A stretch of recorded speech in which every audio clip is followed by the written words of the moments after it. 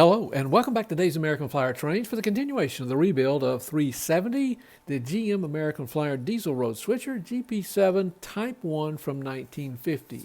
We're ready now to enter into the phase of the reassembly of the motor. First, the preparatory work. On the chassis, I scraped down the inside of the gearboxes using a number 11 X-Acto knife. Doesn't have to be sharp, doesn't even have to be an X-Acto knife. A toothpick would do the same thing, but I just like the shape of that X-Acto knife because it's convenient for scraping down inside of this box and along the axle and on either side of the gear.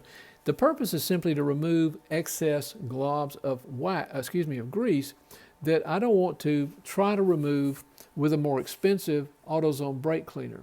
But that was the next 2 steps away.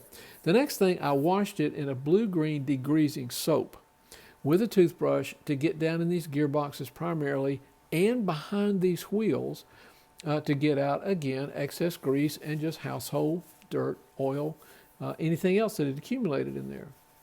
Then I start the process of polishing each contact wheel with a rotary tool and then a really thorough alcohol wipe. After all that's done and everything is dried completely, and I use canned air to accelerate the drying and to make sure that water has been removed or anything else out of these screw openings, I put oil in each axle and allow it to soak down into the bushing, the axle bushing, thoroughly on both sides. And that pretty much prepares it, except I usually, and have started recently, putting some gear oil, not the thinner, say 3-in-1 oil, not a gear grease, but a gear oil, which is a little bit thicker, on these thrust plates because they withstand a pounding and they are a friction point. With that, it should be ready to go and start the assembly process. I even take it and push it down the track just to make sure, and because I want to test the gauge, and I do check the gauge. If you're curious, this is part number PA 11412, and during the cleaning process, something dawned on me that I hadn't even noticed before. Notice the grooves and the slot on either side of the body, right here. You'll note that if you're used to working on these, that the chassis of the later, more, quote, modern diesels could rotate around the axis that's formed by the screws on either side when it grasps the clamp that goes around it and the field. And that axis allows the truck to rotate on that axis like this. Makes it ideal for negotiating a little bit on bumps and little anomalies, rises and falls in the track. Also, I think, makes it easier for it to do incline and decline on any kind of ramp you have on the track, going up trestle or anything like that. But notice that when this is locked in to its clamp, it does not have that possibility. Yes, it can rotate on the axis formed this way, lateral movement, but it has a limited range of movement.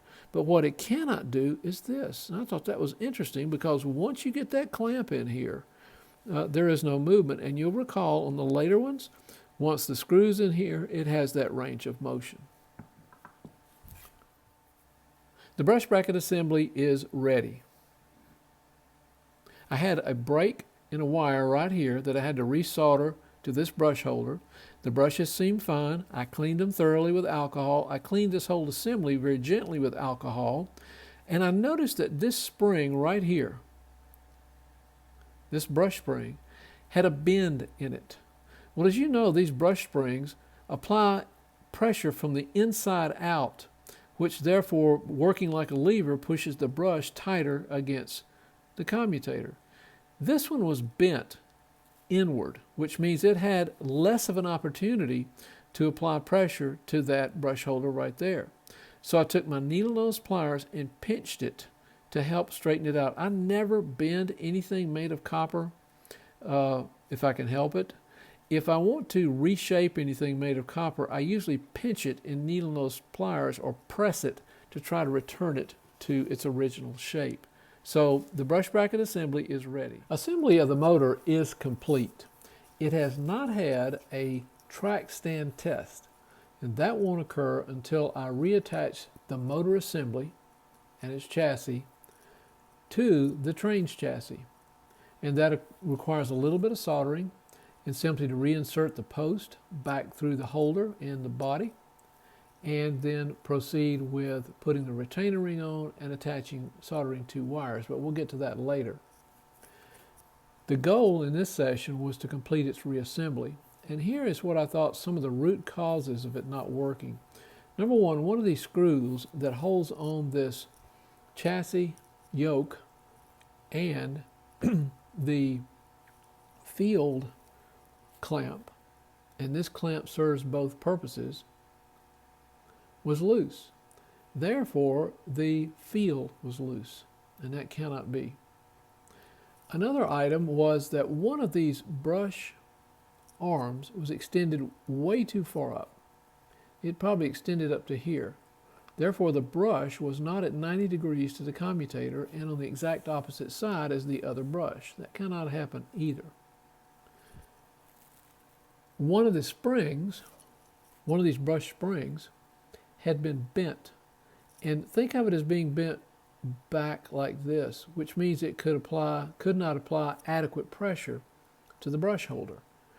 So I straightened it out a little bit by pinching it between, putting it long ways down needle nose pliers and simply pinching it or pressing it, not bending it, until I got a little bit of straightening out. So it had multiple things going wrong with it, including this solder point right here might have been loose. But more importantly is these brushes were not at opposite 180 degree sides to the commutator, and one of them was loose. It's true that these springs are not a slam dunk to put on. They must be positioned correctly first by putting them on the inside of the brush holder, and then they must be lapped over it and applied pressure from inside out. And they sometimes are very difficult to manipulate. Not impossible, but just takes a lot of patience. When I reassembled it, I went ahead and put this bearing strap on first, very loosely, put the worm gear cover on tightly, and then came back and began working on the one that holds not only the strap, but also the brush bracket assembly. And that one is more difficult. I wanted to make sure that the brush arms were in their relative correct position prior to putting any more pressures on these screws downward. And once I knew that both springs were on the inside of the brush arm and that the brushes were in their approximate right location and extended down, then I tightened these two. And remember Mr. Barker's rule about tightening these screws. Tighten them, or any screw on American Flyer, tighten them until they stop and don't over tighten them. Now once they stop, you might put a slight torque on them, just very slightly, but that should be all it takes. As I put these covers back on the worm drive, I did the first lubrication. The last lubrication will be when I put the side frames on. Now one of the last tests I perform is to pick this unit up without any pressure being applied to the axles and using something wood like this skewer stick, and I spin the armature, and I want to make sure it has good freedom of movement. Now it's not going to be perfect because think of the resistance you have because these springs right here in the brushes pinch the armature, and of course you have a gear here moving the axle and two wheels, so there's a lot of things in here that can create a little bit of drag, but it shouldn't have to struggle to turn very much at all. You can tell if it doesn't turn, or it turns say 3/4 of the way and then seems to snag, then you probably have something wrong with the centering of the field.